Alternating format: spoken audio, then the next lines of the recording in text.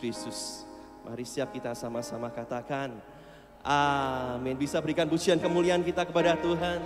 Mari saudaraku, kita tinggikan Dia, kita agungkan Dia. Haleluya, haleluya. Terima kasih Tuhan. Engkau Allah yang layak untuk ditinggikan. Engkau Allah yang layak untuk dipuji. Kami tinggikan Engkau pagi hari ini Tuhan. Mari sama-sama katakan tinggi, tinggi. Namamu dipuji, hormat, kemuliaan. Soraya dengan segenap hati. Buat siapa? Raja keagungan. Mari katakan lagi tinggi, tinggi. Namamu dipuji, hormat, kemuliaan. Mari dengan sorak, sorak dengan segenap hati. Raja keagungan. Sekali lagi katakan tinggi sambil tepuk tangan. Tinggi.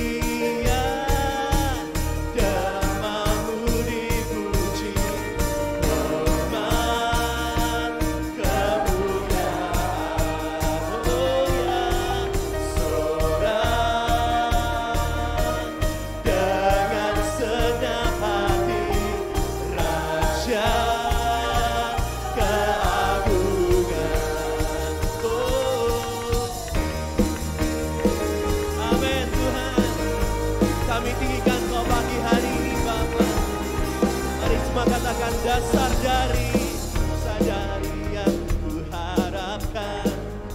Bukti dari segala yang tak kulihat. Iman berikanku kekuatan untuk melakukan perkara yang. Mari sama-sama katakan.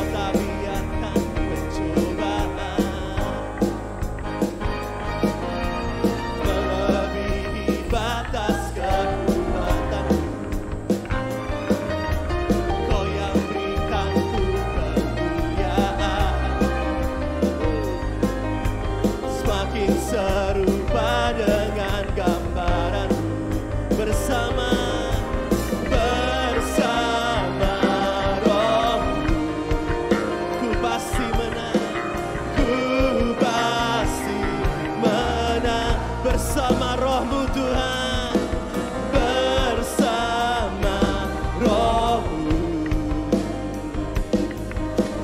ku pasti menang. Mari katakan sekali lagi bersama rohmu Tuhan, bersama rohmu,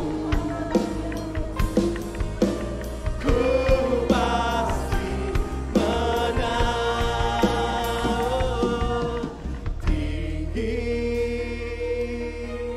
Namamu dipuji, hormat, kemuliaan. Mari katakan sorak dengan segenap hati. Raja keagungan. Tinggi, tinggi. Namamu dipuji,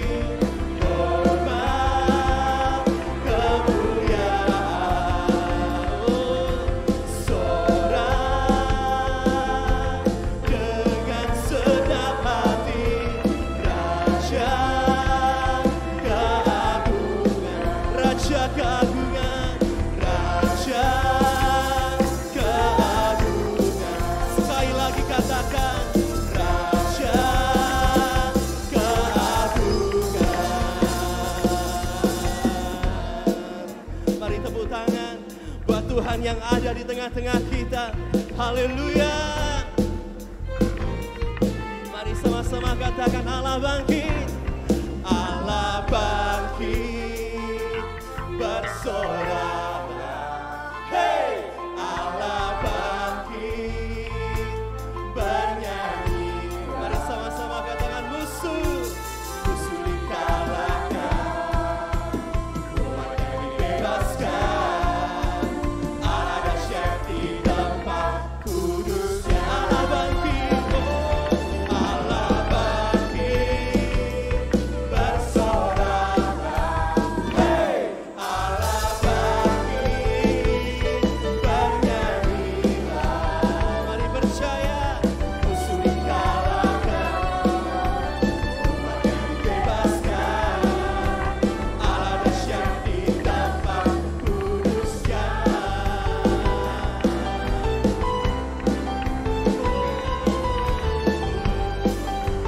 Mari sama-sama katakan saudaraku,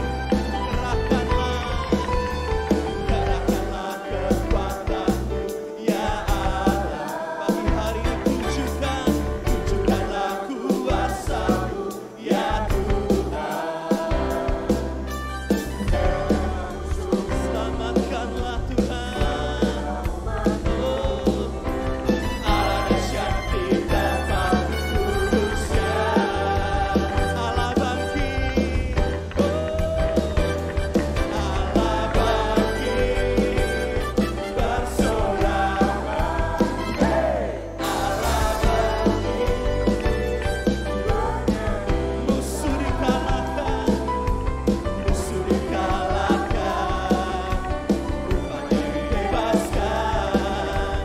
Allah dahsyat di tempat kudus. Sekali lagi mari katakan, Allah bangkit bersorak. Hey, Allah bangkit bernyanyilah. Musuh dikalahkan, umatnya. Allah dahsyat di tempat kudusnya. Allah dahsyat di tempat kudusnya. Sekali lagi mari katakan, Allah dahsyat di tempat kudusnya. Haleluya, sorak-sorai bagi Tuhan kita. Haleluya. Silakan duduk saudaraku. Pagi ini kami tenang Tuhan, karena Engkau Allah yang hebat ada di tengah-tengah kami. Kami berani mempercayakan hidup kami kepadamu Tuhan. Kami berani untuk mempercayakan hidup kami kepadamu. Terima kasih Tuhan.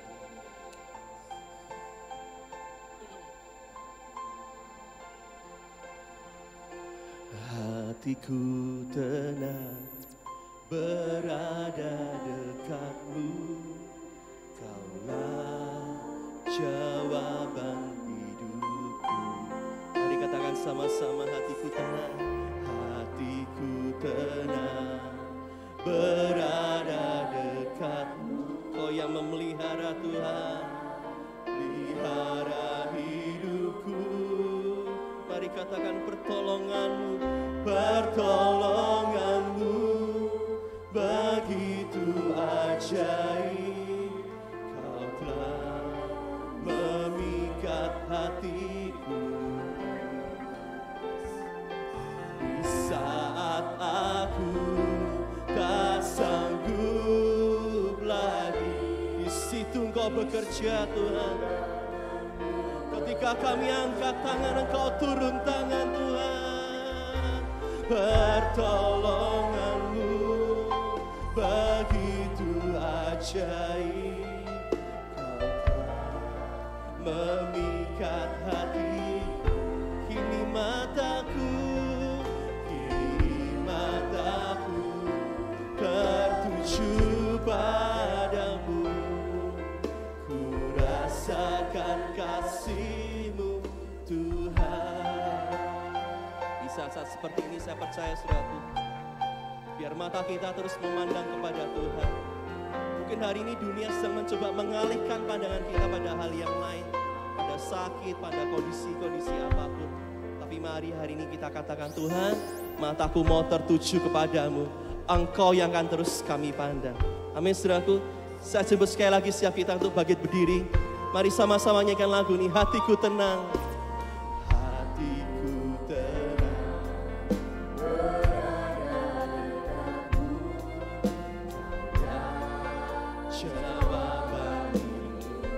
Hatiku tenang, Tuhan.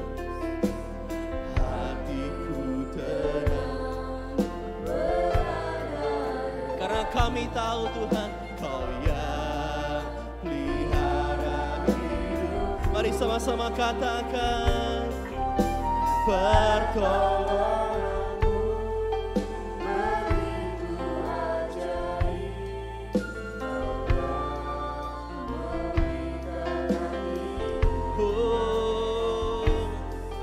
Di saat aku tak sanggup lagi, di situ Engkau bekerja, Tuhan. Ya Tuhan, pertolonganmu begitu ajaib. Kau telah memikat hatiku. Kini mataku yang tertuju padamu. Ku rasakan kasih-Mu, Tuhan. Mari sama-sama katakan, pertolongan-Mu, pertolongan-Mu begitu ajaib. Kau telah memikat hatiku. Di saat aku tak sanggup lagi, di situ tangan-Mu bekerja.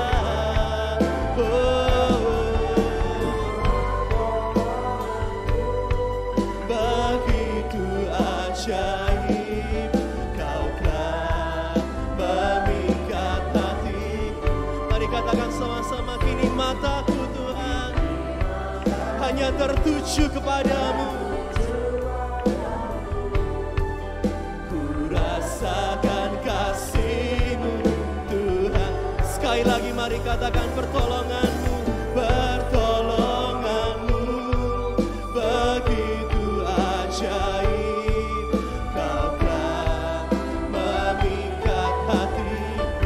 Di saat aku tak sanggup, Engkau pasti bekerja. Engkau bahkan sudah bekerja buat hidup kami, Tuhan. Oh, pertolongan-Mu, ya Tuhan. Kini mataku tertuju padamu. Ku rasakan kasih-Mu, Tuhan. Kini mataku tertuju padamu.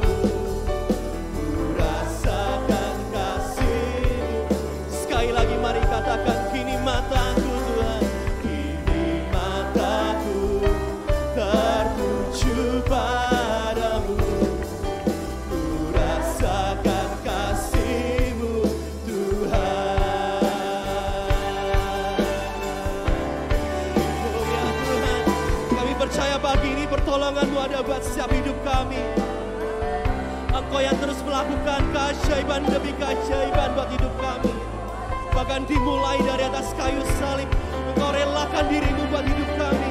Pagi hari ini kami bawa ucapan syukur, karena kami punya Tuhan yang luar biasa. Kami punya Tuhan yang baik, Tuhan yang mengadakan karya yang terbesar buat hidup kami. Terima kasih Tuhan, terima kasih. Karya terbesar dalam hidupku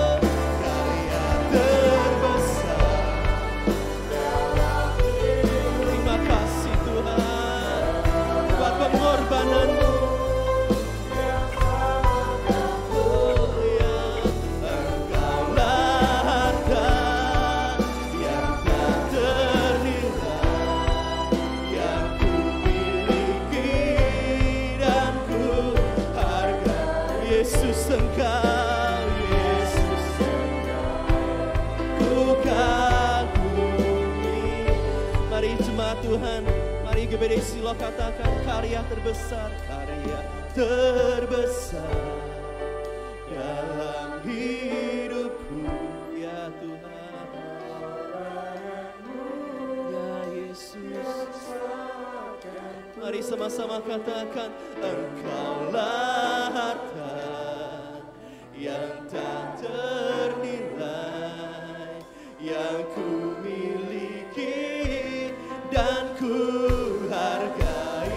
Yesus Engkau, Yesus Engkau ku kagumi.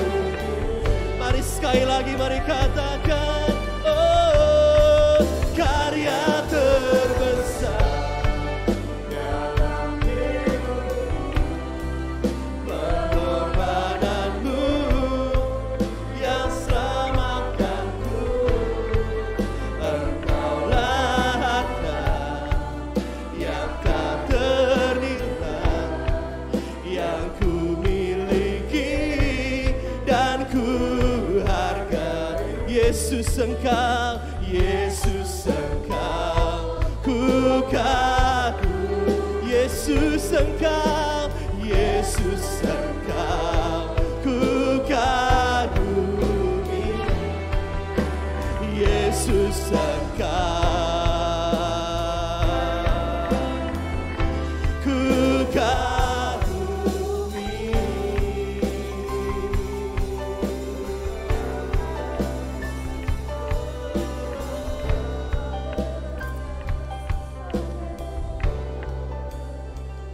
Kami memuji Tuhan, kami bersyukur dan berterima kasih untuk kembali kesempatan Engkau beri kepada setiap kami jemaat-Mu, pelayan-pelayan-Mu Tuhan, untuk kembali kami ada di rumah-Mu, kami beribadah, kami bersyukur, kami mengingat segala kebaikan dan kemurahan-Mu. Dan inilah kesempatan kami memuji Tuhan, menyembah Engkau. Dan kembali kami Tuhan direvisi dengan firman Allah. Terima kasih Tuhan, pemeliharaanmu atas kami. Tubuh yang sehat Engkau beri kepada kami. Kekuatan jiwa yang haus untuk selalu ada bersamamu. Itulah Tuhan yang hendak kami cari. Terima kasih Tuhan Yesus, sucikan hati pikiran kami. Kami hendak membuka hati kami. Kami hendak belajar untuk mendengar dan mentaati segala perintah Tuhan. Terima kasih Bapa, urapi setiap kami supaya kami mengerti apa yang sebenarnya Engkau kehendaki atas hidup kami. Dan kami juga mohon pengurapan-Mu atas hamba-Mu. Terima kasih Bapa di surga, dalam nama Tuhan Yesus Kristus kami sambut firman Allah. Haleluya. Amin. Amin. Puji Tuhan, saudara silakan duduk. Selamat pagi, selamat kembali kita ada di rumah Tuhan ya. Kita bersyukur dan bersukacita buat kesempatan yang Tuhan beri kepada kita semua. Dia memberi kepada setiap kita yang hadir pagi hari ini kesehatan, kekuatan, dan terutama kerinduan untuk ada kembali bersama-sama beribadah kepada Tuhan. Puji Tuhan, saudara, pagi hari ini saya hendak berbicara tentang mencari Allah. Ya, seperti saudara pagi hari ini kita sedang mencari Allah. Tokoh pusat yang hendak kita pelajari adalah Daud. Ya, Daud terkenal dengan pujian, nyanyian, penyembahannya. Banyak lagu-lagu yang dikarang lewat Mazmur. Nah saudara-saudara, Daud bukan orang yang memiliki latar belakang hebat, ya. Baik bukan keturunan raja.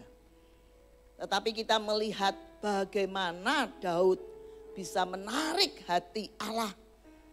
Ya, sehingga Tuhan itu luar biasa sekali dalam hidup Daud. Nenek moyang kita disebut nenek moyang Daud. Ya, dia terkenal bukan karena keturunan raja, Dia terkenal bukan karena dia pernah menjadi raja. Tapi Daud terkenal karena keintimannya dengan Tuhan. Pagi hari ini walaupun tidak lengkap saudara, saya akan membawa kepada kita semua untuk mengingat siapakah Daud itu. Ya. Apakah dalam perjalanan hidupnya itu mulus? Karena dikatakan disertai Tuhan, dikasihi Tuhan, diistimewakan oleh Tuhan. Tapi perjalanannya tidak semulus seperti apa yang kita sering pikirkan. Ya, ketika kita setia ikut Tuhan, lalu kita berandai-andai, kita tidak akan masuk dalam pencobaan, kita tidak akan masuk dalam ujian. Tubuh selalu sehat, karena dikatakan hidup dekat dengan Tuhan. Saudara, pagi ini kita akan belajar orang yang hidup dekat dengan Tuhan tidak luput dari masalah, tidak luput dari persoalan-persoalan yang terus silih berganti. Ya, mari saya mengungkapkan sedikit tentang Daud. Siapa Daud itu? Saudara, ketika dia remaja, firman Tuhan katakan imut-imut, ya, rambutnya merah, pipinya kemerah-merahan. Tubuhnya tidak sebesar saudara-saudaranya, ya, yang semuanya diunggulkan jadi prajurit pasukan Raja Saul. Tapi Daud disisihkan. Kenapa saudara? Mungkin karena tubuhnya, ya, tubuhnya yang kalau kita sekarang harus punya ukuran tertentu. Ya, dan Daud bukan seorang yang tinggi besar seperti Saul. Itu sebabnya dia tidak masuk hitungan. Tapi ada sesuatu yang indah dalam hidupnya adalah dia pintar main suling. Ya, saudara, kecapi dan dia suka menyanyi, memuji Tuhan. Daud cakap berperang, walaupun bukan tinggi besar ya. Tapi dia punya roh keberanian. Dia bukan penakut. Daud seorang yang bertanggung jawab. Walaupun dia tugas, bukan tugas yang bagus, bukan tugas yang dihormati, dihargai orang. Tidak, saudara. Tugasnya hanya tugas yang sangat sederhana. Sebagai seorang gembala domba bapaknya Isai. Itu sebabnya dia diremehkan oleh keluarganya. Ketika Samuel minta kepada Isai supaya anak-anaknya berbaris karena Tuhan hendak mengurapi salah satu dari anak Isai. Daud tidak katut, saudara, dan dia disuruh pergi ke padang mengembalakan domba. Tapi Tuhan tidak bisa dihapusi, tidak bisa ditipu. Ya. Satu persatu ditolak. Dan akhirnya Daudlah yang diurapi menjadi raja. Firman Tuhan katakan dia diremehkan oleh keluarganya. Tapi pada satu saat Tuhan mengangkat Daud. Ketika dia melawan Goliat. Wah, langsung dari gembala domba jadi pahlawan bagi Israel waktu itu menghadapi orang Filistin. Saudara, sejak dia menang atas Goliat, namanya mencuat tinggi. Rakyat mulai lebih memilih Daud daripada Saul, rajanya. Dan itu sebabnya timbullah permusuhan antara Saul dan Daud. Sepanjang umur hidupnya, saudara, Saul itu mengejar Daud. Hanya satu orang yang dikejar hendak dibunuh. Tapi dia selalu membawa ratusan bahkan ribuan pasukan. Ya, kelihatan bahwa Saul ketakutan. Karena kerajaan akan beralih kepada Daud. Siapa Daud? Menantunya, saudara. Tapi terjadi perselisihan. Musuh yang selalu mengejar-ngejar Daud. Daud pernah dilempar oleh Saul itu dengan tombak di istananya ketika Saul dirasuk oleh iblis. 2 kali dia hendak ditancapkan pada dinding istana oleh Saul. Tapi tangan Tuhan kembali menyelamatkan Daud. Karir Daud terus naik karena dia selalu menang ya, dalam melawan musuh-musuh Israel. Dan Saul makin membenci. Walaupun anaknya Mikal diberi kepada Daud untuk menjadi istrinya. Jadi ini mertua, saudara. Tapi Saul tetap mengingini Daud mati. Ya. Nah saudara, dalam perburuan ini tentu diburu mau dibunuh enggak enak ya saudara. Diburu kok mau dibunuh. Biarpun menjadi menantu, Saul justru makin membenci dan mengejar Daud. Untung anak Saul, Yonatan itu bersahabat baik. Sehingga selalu menyelamatkan Daud oleh pertolongan Tuhan. Perjalanannya berpindah dari satu gurun ke gurun yang lain. Walaupun Daud punya kesempatan untuk membunuh Saul 2 kali. Ya, tinggal di depan mata, tinggal ditusuk tombak, habis. Ya. Tapi Daud takut sama Tuhan. Mari saudara, poin-poin yang membuat Tuhan itu mengasihi Daud. Daud tidak rakus, tidak serakah. Walaupun dia sudah diurapi jadi raja. Tetapi dia sabar menantikan Tuhan yang akan mengangkatnya. Nah, jadi walaupun dia sudah diurapi, sudah diangkat jadi menantu, besok ini bakal jadi pengganti Saul. Saudara, tapi Daud tetap rendah hati, ya, tidak sombong, tidak mau melawan Saul walaupun dia punya kesempatan. Dalam perjalanannya sudah melawan orang-orang Amalek, Filistin. Ya. Jadi bukan sebuah perjalanan yang menyenangkan. Pada satu waktu dia sedang melawan musuh Israel, tempat Siklak itu tempat tinggal Daud dan keluarganya. Dan istri-istri, anak-anak prajuritnya. Saudara, ketika Daud sedang dengan beberapa prajuritnya berperang melawan musuh Israel, Siklak itu diserbu oleh Amalek.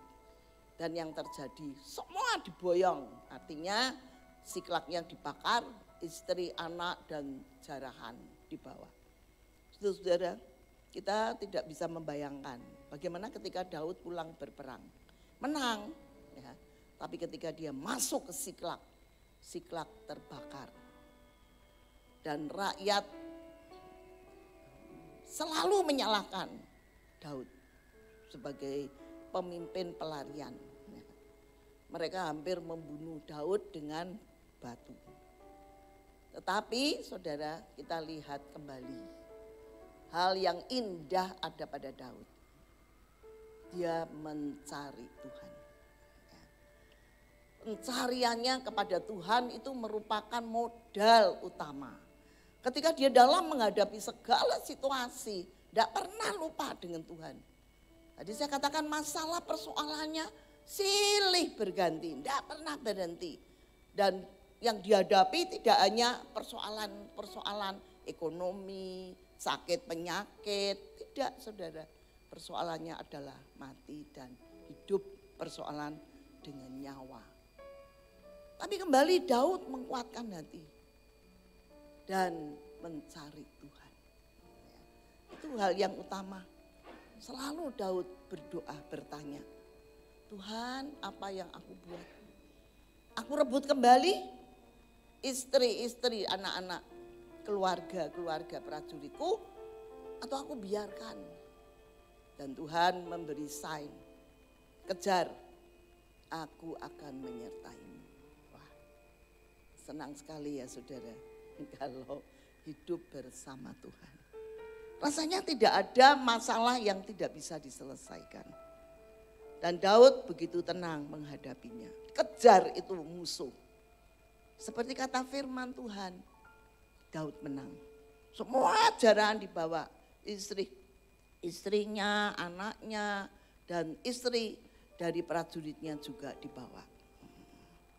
Kembali Daud menguatkan percayanya kepada Tuhan. Wah, senang sekali hidup walaupun naik turun grafiknya menghadapi masalah. Tapi kalau bersama Tuhan itu luar biasa, saudara. Ya, contoh Daud, tidak pernah tertekan. Walaupun sebenarnya kalau manusiawinya ini sudah stres, ini depresi berat. Karena yang dihadapi tidak hanya orang luar tapi orang dalam. Keluarganya, saudara-saudara. Anak-anaknya tidak rukun. Ya. Jadi saudara-saudara, dari satu sisi keberhasilan luar biasa, tapi dari sisi dalam. Ternyata Daud tidak berhasil mendidik anak-anaknya. Ya, rupanya tidak gampang ya saudara mendidik anak. Mungkin karena Daud terlalu sibuk perang di luar. Sehingga anak-anaknya ini kehilangan gambar dari seorang bapak. Apa yang terjadi anak-anaknya ya itu rebutan kekuasaan. Saling membunuh. Anak-anaknya tidak seperti Daud rendah hati. Mereka saling memperebutkan takhta Daud. Padahal Daud masih fit, ya, masih kuat.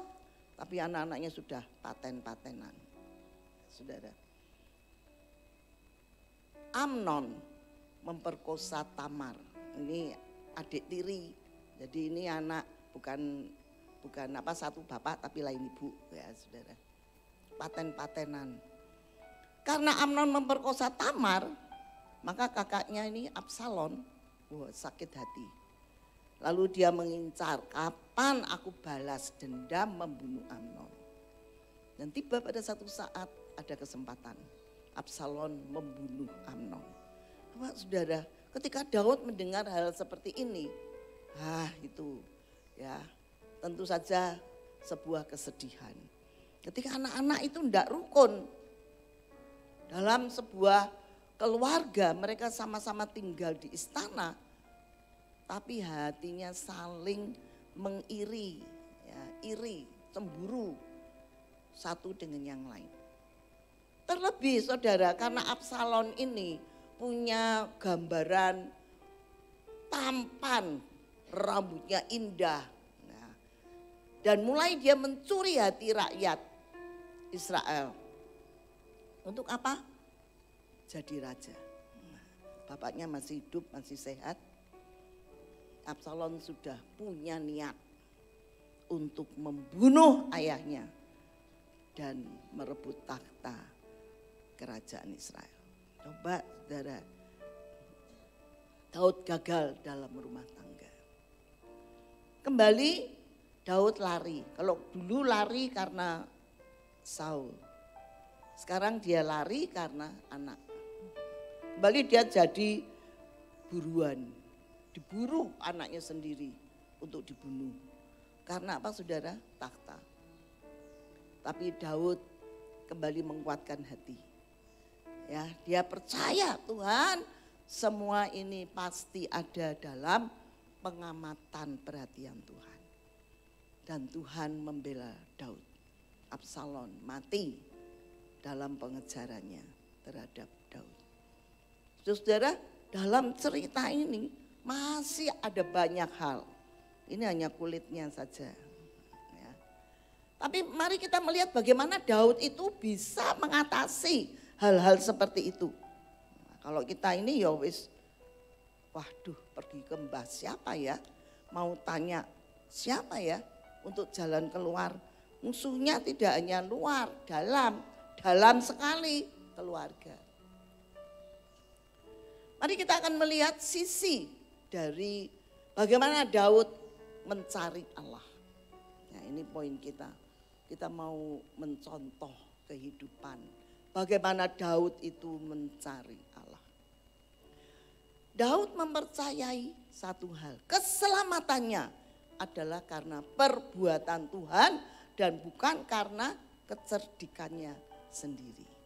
Ya, walaupun dia dipuja ketika dia mengalahkan Goliat. Wah, hebat sekali. Orang ini tidak diunggulkan tapi Tuhan mengunggulkan. Mulai sejak saat itu orang mengatakan Daud membunuh beraksa-laksa. Sementara Saul rajanya hanya membunuh beribu-ribu. Nah ini saudara yang membuat kemudian Saul cemburu dan ingin membunuh Daud. Coba bayangkan saudara-saudara.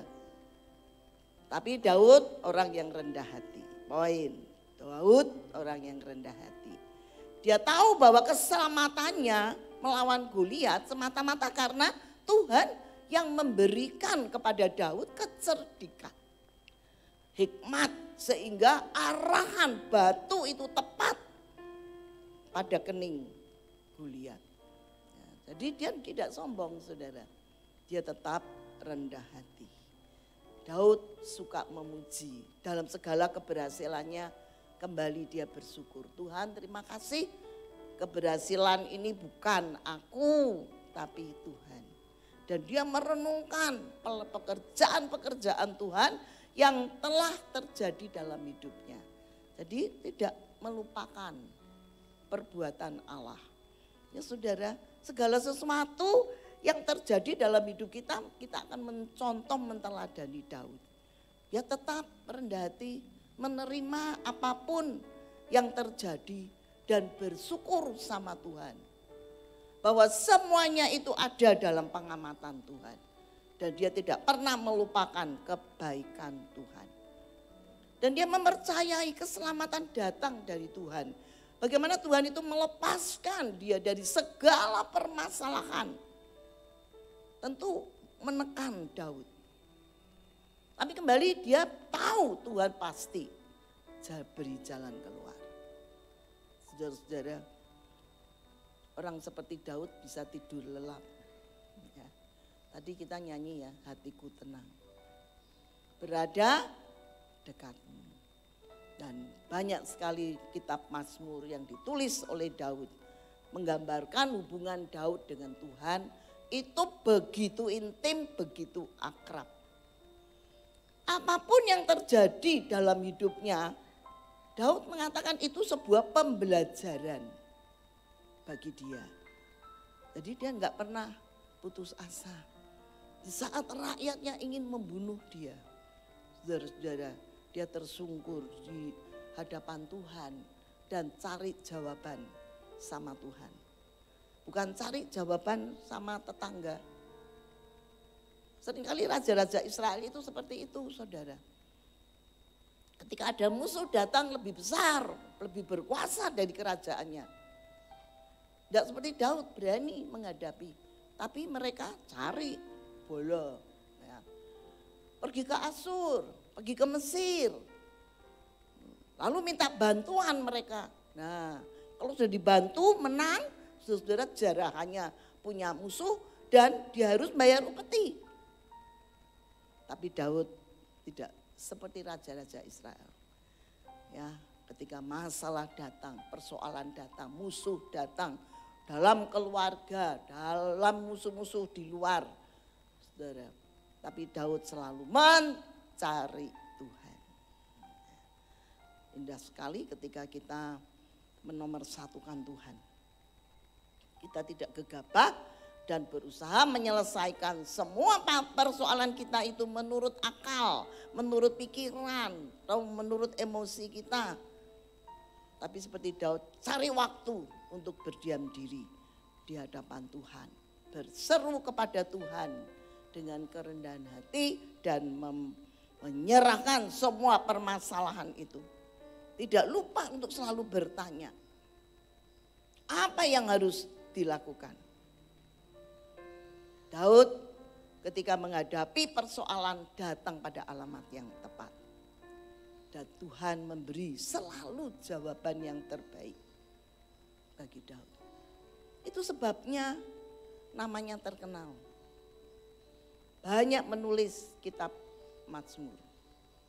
Dalam tulisannya itulah pujiannya kepada Tuhan. bahwa dia tidak bisa meninggalkan Tuhan. Ya, saudara, kesuksesannya karena pencariannya akan Allah. Kalau kita mau sukses seperti Daud, ya, tidak menghindari. Kalau ada persoalan tidak melarikan diri. Hadapi masalah persoalan bersama dengan Tuhan, mencari Tuhan. Nah, mencari Tuhan itu seperti apa? Mari kita lihat. Mencari Tuhan seperti Daud sampai menemukan jawaban. Ya, jangan mencari Tuhan berdoa keras-keras, seru-seru, berulang-ulang. Tuhan belum jawab, kita sudah pergi. Nah, seringkali seperti itu, saudara. Jadi jawaban belum kita dapat, kita sudah tidak sabar. Ya, banyak hal-hal terjadi dalam hidup baik anak Tuhan maupun hamba Tuhan, ketika membutuhkan pertolongan, tidak sabar. Berdoa sama Tuhan betul, mencari Tuhan betul, tapi tidak sampai tuntas. Ya, belum tuntas, belum dijawab, udah pergi kepada yang lain. Mari kita melihat Mazmur 42. Nah, ini Mazmurnya Daud. Mari kita lihat saudara, Mazmur 42. Bagaimana caranya Daud itu mencari Allah. Saudara, kalau kita mau mencoba resep Daud, ya, kita terapkan dalam hidup kita, maka kita tetap tenang dalam tangan Tuhan. Untuk pemimpin biduan nyanyian pengajaran Bani Korah. Kemarin kita baru belajar Bani Korah. Ayat yang kedua, saudara.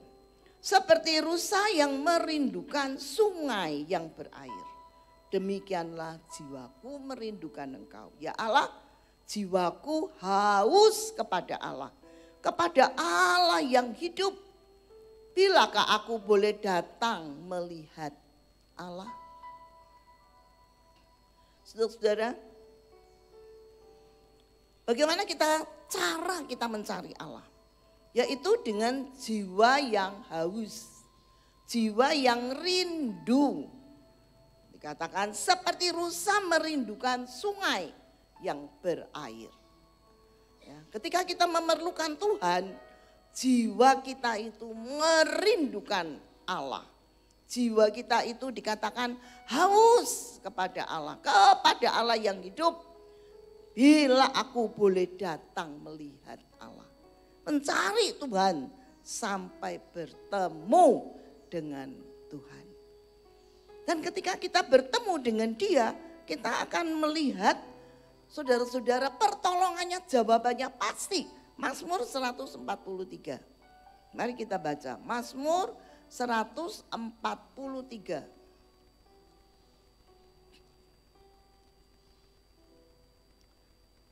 Mazmur Daud. Ayat yang ke-6. Aku menadahkan tanganku kepadamu, jiwaku haus kepadamu, seperti tanah yang tandus. Saudara, aku menadahkan tanganku kepadamu, jiwaku haus kepadamu, seperti tanah yang tandus, tanah yang kering. Saudara, tanah yang kering itu kalau disiram air terus beres, ya, terus habis. Saudara, demikian kehausan kita kepada Tuhan. Begitu kehausan Daud kepada Allah. Ketika dia menghadapi masalah persoalan yang tidak hanya masalah tubuh, masalah roh, masalah nyawa, masalah jiwa. Saudara, Daud tersungkur di hadapan Allah. Dia berserah kepada Tuhan dan dia menanti Tuhan sampai kemudian tanah yang tandus itu menjadi subur. Berarti saudara ada jawaban. Mencari Tuhan dengan kerinduan, mencari Tuhan dengan kehausan. Kayak rasanya itu saudara, kalau orang haus minum 1 gelas saja, bles, habis. Bagaimana kita ini rindu dan haus akan Allah. Saya percaya saudara-saudara sudah kangen sama Tuhan, ya, sudah rindu untuk keadaan seperti ini. Kita bisa ada kembali bersama-sama. Ya, betapa kita ini merindukan saat kesempatan kita mau ngomong sama Tuhan, terima kasih Tuhan, terima kasih. Engkau beri kami kesehatan. Ya, COVID itu, virus corona itu medeni, ya saudara. Orang yang takut nggak berani keluar. Karena ya itulah. Tiap hari kita mendengar COVID, tiap hari kita mendengar COVID. Jumlahnya tidak menurun malah bertambah. Tapi puji Tuhan, kerinduan, kehausan kita kepada Tuhan. Mengalahkan ketakutan, kekhawatiran kita. Mengalahkan kenyamanan kita. Ini kita nih kalau ibadah online itu nyaman loh saudara. Ya. Saya dibawa 4 bulan ibadah online. Enak saudara, minum teh anget, ada snack, apa ora enak, nyaman. Tapi biarpun keadaan seperti itu tidak membuat jiwa kita ini puas. Ya, saudara ada di rumah Tuhan itu sebuah kepuasan, kerinduan. Tetap merindukan saat-saat seperti ini. Walaupun saudara kita keluar dari kenyamanan. Bahaya, oh banyak. Tapi seperti anjuran ya sudah mari kita taati pemerintah. Supaya apa saudara, kalau kita kuat, kalau kita sehat, tidak ada virus yang nempel di antara saudara. Karena apa saudara? Wah kita, Tuhan kasih kesehatan. Saat seperti inilah yang dulu menjadi kerinduan. Ya, kerinduan saya, aduh kapan Tuhan kita bisa ketemu jemaat. Kapan Tuhan kita bisa memuji nama-Mu. Puji Tuhan, Tuhan sudah buka jalan buat kita. Biar kita punya kerinduan seperti Daud. Kita punya kehausan akan Tuhan seperti Daud. Kerinduan kehausan kita mengalahkan kekhawatiran, ketakutan kita. Dan membuat kita bangun dari kenyamanan untuk datang beribadah. Yang kedua saudara, cara Daud selain dia mengatakan, aku menadakan tanganmu kepadamu Tuhan, jiwaku haus. Seperti tanah yang tandus. Sampai Tuhan mengairi tanah yang tandus menjadi tanah yang subur. Ada jawaban saudara. Yang kedua, keperluan, kebutuhan akan Tuhan. Seperti apa kita ini membutuhkan Tuhan, memerlukan Tuhan. Atau ya wes asal mendengar firman, dengar firman, nuruti firman, selesai. Tidak saudara, di sini keperluan, kebutuhan. Sampai yang pertama sampai mendapat jawaban, yang kedua pun saudara sampai kuasa Tuhan itu turun atas kita. Ya, ibadah kita tidak akan sia-sia saudara ketika saudara mencari Allah sampai tuntas. Jawaban ada, yang kedua kebutuhan diselesaikan oleh Tuhan. Seperti apa? Saya kutip ini Lukas pasal 8. Gak usah baca ya saudara, waktunya hampir habis. Lukas pasal 8, saudara bisa PR di sana mulai ayat 43. Ya di sana kita ketemu dengan seorang perempuan yang sakit pendarahan 12 tahun. Wah ini keperluan kebutuhan kita ini hanya satu jalan, one way, tidak ada jalan lain. Dan perempuan ini saudara sudah jatuh miskin karena hartanya untuk berobat. Belum ada BPJS ya, jadi semua harus bayar.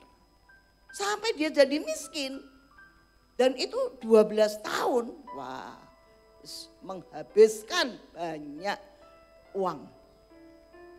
Dan perempuan ini ketika mendengar tentang Yesus, ayat 44, ia maju mendekati Yesus dari belakang dan menjamah jubah-jubahnya. Dan seketika itu juga berhentilah pendarahannya. Coba saudara, ini pengobatan jalan pintas terpendek. Nah ya toh, hanya menjamah jubah sembuh. Ini jalan pintas terpendek, tercepat, enggak tahu hanya berapa detik, tidak pakai hitungan menit. Tetapi saudara, yang membuat kuasa itu keluar dari tubuh Allah Yesus ini adalah kebutuhan, keperluan. Perempuan ini hanya membutuhkan satu saja, sembuh. Perempuan ini hanya punya pikiran satu saja, asal ku jamah jubahnya, aku akan sembuh. Tidak ada jalan lain. Hanya satu-satunya jalan, ini kesempatan. Kalau aku sampai melewatkan, mati. Oh, kita datang sama Tuhan seperti perempuan ini. Seperti apa yang tadi saya ceritakan tentang Daud. Daud itu hanya punya satu saja gundelannya, Tuhan. Tidak punya yang lain. Hanya satu saja yang dia pegang, Tuhan. Datang kepada Allah dengan keperluan. Aku butuh Tuhan, tidak ada yang lain. Tidak ada kuasa lain, tidak ada jalan lain. Tidak ada orang lain. Hanya Engkau yang bisa menyembuhkan. Tidak ada yang lain. Saudara, datang kepada Tuhan. Mencari Allah sampai kuasanya turun. Jadi jawaban atas kebutuhan dan keperluan kita. Dan itu yang dialami oleh Daud, saudara. Ya, menghadapi Goliat, menghadapi singa, menghadapi beruang, menghadapi orang Filistin, menghadapi orang Amalek, dan bangsa-bangsa yang ada di kerajaannya, sekelilingnya. Daud hanya mengandalkan Tuhan, seperti wanita ini, keperluan kebutuhanku hanya Engkau Tuhan. Ketika dia jatuh dalam dosa pun, dia tidak melarikan diri, saudara. Daud orang yang bertanggung jawab. Ketika dia dihukum, dia terima hukuman. Karena apa? Ya itu, dia hanya tahu Tuhan saja. Keperluannya hanya Tuhan, tidak ada yang lain. Bagaimana dengan saudara? Bagaimana dengan saya? Keperluan kita apa? Ada yang lain yang kita andalkan? Atau keperluan kita hanya Tuhan saja? Keperluanku hanya Yesus saja. Amin, Bapak Ibu. Nah, keperluan kita hanya Tuhan saja. Dia bisa menyelesaikan segala masalahmu. Jangan khawatir, jangan takut. Dan yang ketiga, bagaimana Daud mencari Tuhan? Ya, dia mencari Tuhan dengan segenap hati. Mazmur 119. Mari kita buka. Mazmur 119 ayat yang kedua. Kita baca Mazmur 119 ayat yang kedua. Demikian bunyi firman Tuhan. Berbahagialah orang-orang yang memegang peringatan-peringatannya, yang mencari Dia dengan segenap hati. Yang ketiga adalah mencari Tuhan dengan segenap hati. Ya, kembali kita kepada Daud, contoh kita pagi hari ini. Daud tidak pernah mencari bantuan orang luar, raja yang kelihatannya lebih berkuasa, kerajaan yang kelihatannya lebih besar. Daud tidak pernah mencari bantuan ke sana karena dia hanya pegang firman. Peringatan itu firman Tuhan. Dia hanya memegang perkataan Tuhan dan dia hanya mencari Tuhan dengan segenap hati. Tidak mendua hati tapi segenap hati. Ya, dalam perjanjian baru diceritakan tentang bagaimana Seorang pedagang itu mencari mutiara. Ya, dicarinya tidak toko-toko di pinggir jalan, saudara. Mencari mutiara itu susah payah. Ya. Kalau mau ya masuk ke laut dan ambil tiram mutiara. Jadi begitu susah, sulit. Perumpamaan berikutnya Lukas 15 ayat 8. Bagaimana orang itu mencari dengan segenap hati. Ya, dikisahkan tentang perempuan yang kehilangan dirham. Dirham itu saudara mata uang Persia yang paling tinggi nilainya. Ada 10. Kalau gadis itu kalungan dirham 10. Tidak boleh hilang. Kalau hilang 1, hilanglah kehormatan kegadisannya. Jadi kalau hilang 1 dalam perumpamaan Lukas 15 harus dicari sampai ketemu. Ini malapetaka. Kalau enggak ketemu, enggak ada gantinya. Nah, saudara, jadi kembali kita mencari Tuhan itu seperti itu. Seperti cari mutiara yang mahal harganya. Seperti mencari dirham yang hilang. Ini semuanya barang berharga. Ya saudara, kalau kita punya barang berharga, pasti kita akan menyimpan dengan baik. Tidak digeletek-geletek ya sembarangan. Pasti kita punya tempat khusus untuk menyimpan barang berharga. Dan dalam perumpamaan ini menggambarkan tentang hati, segenap hati. Ya, seperti kata pemazmur. Berbahagialah orang yang pegang firman dengan mencari firman dengan segenap hati. Ya. Artinya saudara diupayakan, diusahakan. Tidak enak-enak ya. Kita mencari Tuhan itu harus dengan upaya, dengan usaha. Kalau Paulus menulis usaha, upaya itu dengan melepaskan sifat-sifat duniawi kita. Nah, itu sebuah usaha ketika kita ingin datang menghampiri Tuhan, mencari Tuhan segenap hati. Ada upaya kita ini menyenangkan Tuhan lewat memotong daging, keinginan daging kita ini. Nah saudara, 3 poin aja ya, nanti sore kita lanjut. Bagaimana kita menghadapi permasalahan hidup, mari kita belajar dari Daud. Walaupun raja, tapi bagaimana dia melekat dengan Tuhan. Tuhan adalah pencarian hidup. Dia mencari Tuhan dengan segenap hati. Dia mencari Tuhan dengan sungguh-sungguh. Mencari Tuhan dengan usaha. Ya, mencari Tuhan. Menanggalkan segala sesuatunya. Supaya apa saudara? Supaya dia bertemu dengan Tuhan. Pencariannya membuahkan hasil karena kebutuhan. Ya, butuh. Bagaimana ketika kita butuh, kita berani melakukan apa saja ketika kita butuh. Seperti ketika kita perlu, kita merindukan Tuhan. Nah saudara, Tuhan selalu memperhatikan kita. Tidak hanya Daud yang diperhatikan.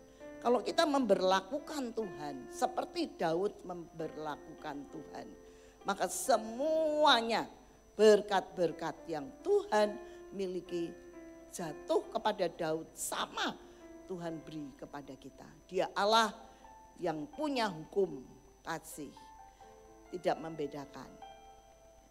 Apa yang firman yang kita dengar pagi hari ini. Mari kita mau mencari Tuhan. Dengan kerinduan, kehausan. Cari Tuhan karena kita perlu. Ku perlu Tuhan. Mencari Tuhan dengan segenap hati. 3 hal ini membuat kita ketemu dengan kuasa Tuhan. Ketemu dengan jawaban Tuhan. Amin.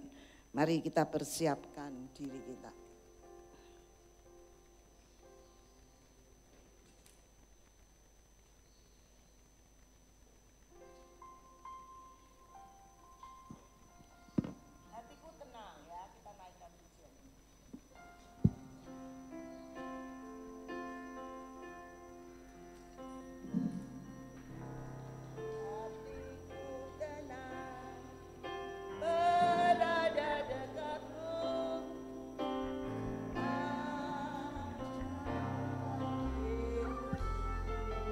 Mari kita sama-sama bangkit berdiri. Saudara, semua sudah mengambil tubuh darah Yesus. Kita persiapkan diri. Ini keperluan kita, kebutuhan kita. Kita perlu tubuhnya, kita perlu darahnya. Menyucikan kita, memberi kita kekuatan, kesehatan. Kita datang kepadanya dengan kebutuhan kita, yaitu Dia, Yesus, Juru Selamat. Terima kasih Tuhan. Terima kasih Tuhan. Ku sanggup tanganmu bekerja. Pertolonganmu begitu ajaib. Kau telah memikat hatiku. Kini mataku tertuju padamu. Ku rasakan kasih-Mu Tuhan. Pertolongan-Mu begitu ajaib. Kau telah memikat hatiku. Di saat aku tak sanggup lagi, di situ tangan-Mu bekerja. Pertolongan-Mu begitu ajaib. Kau telah memikat hatiku. Di mataku tertuju padamu.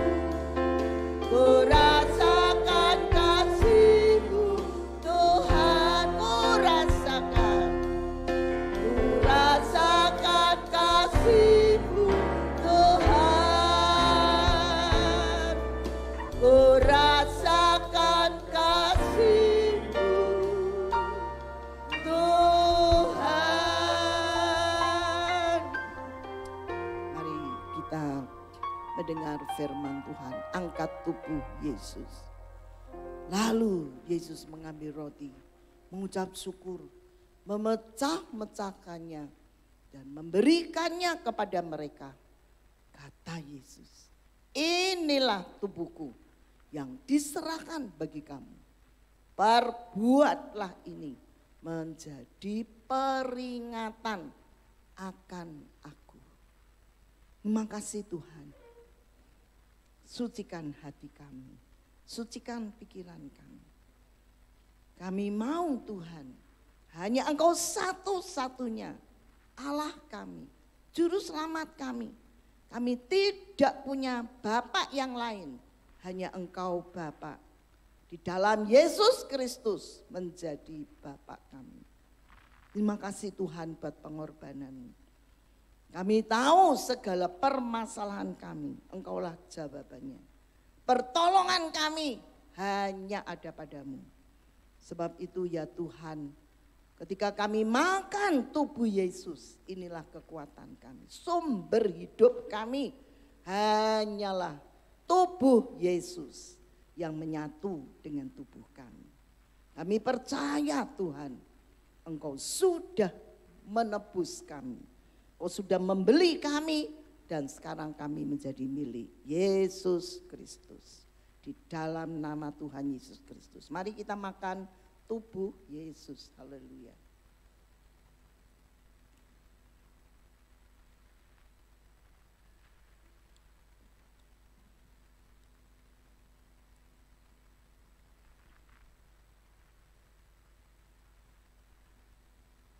Terima kasih Tuhan.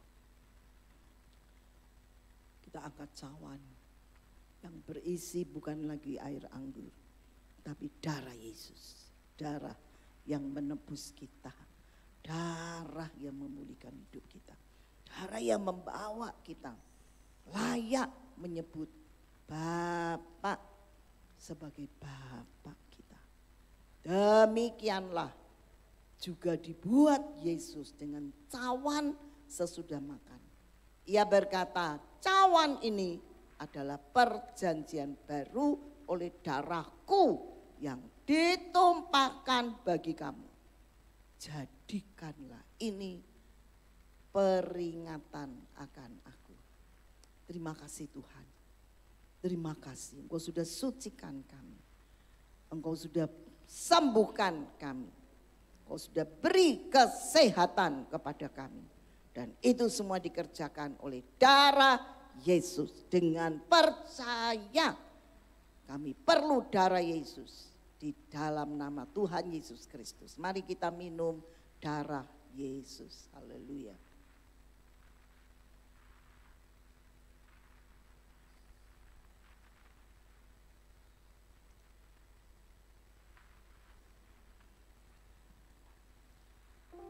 Terima kasih Tuhan. Terima kasih.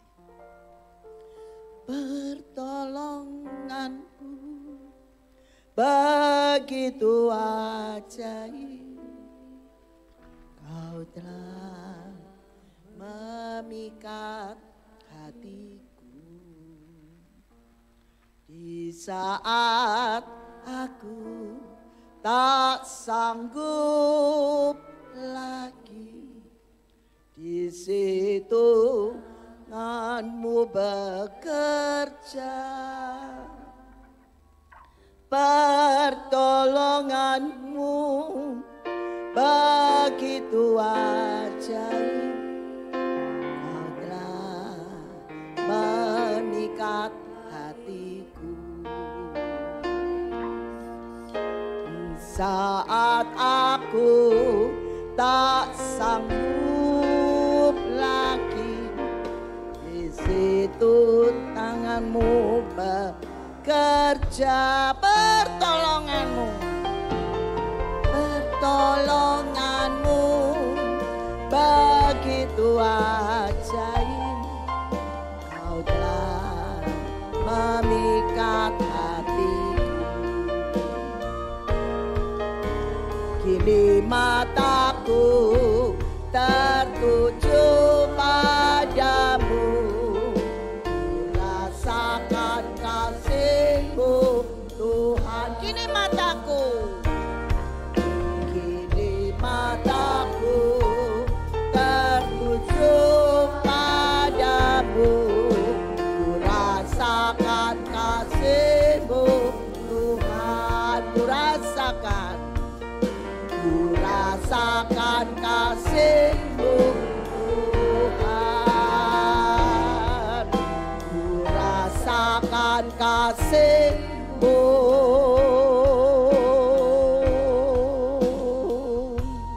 Tuhan. Terima kasih Tuhan Yesus. Terima kasih Tuhan, Kau masih melawat kami. Engkau masih tetap mencintai kami. Engkau tetap memberi kesempatan kepada kami untuk ada bersama-sama di rumah-Mu. Terima kasih Tuhan. Terima kasih buat kesehatan, buat kekuatan, buat pemeliharaan Tuhan atas kami. Terima kasih buat kota kami. Tuhan, Engkau lewatkan segala malapetaka, bahaya, musibah, sakit, penyakit. Tuhan, Kau jauhkan dari kota kami. Dan Kau berkati tanah-tanah di kota kami. Kesuburan. Tuhan, berkati semua pekerjaan umat-umat-Mu di hari-hari ini. Terima kasih Bapa, pengampunan atas setiap kami. Membawa kami makin dekat dengan Tuhan. Membawa kami makin melekat dengan Engkau. Kami makin membutuhkan Tuhan. Kami merindukan Tuhan. Kami haus akan Engkau. Karena Engkau adalah satu-satunya kebutuhan dan keperluan kami. Berkati setiap umat-Mu yang hadir pagi hari ini. Mari Bapak Ibu, Saudara semua yang dikasihi oleh Tuhan. Terimalah berkat rahmat anugerah dari Allah Bapa, kasih setia Yesus, serta persekutuan bersama dengan Roh Kudus di dalam bimbingan, pimpinan dan penghiburannya akan menyertai kita semua mulai pagi ini sampai Yesus datang kembali. Dalam berkat nama Tuhan Yesus Kristus, kami sudah berdoa. Haleluya. Amin.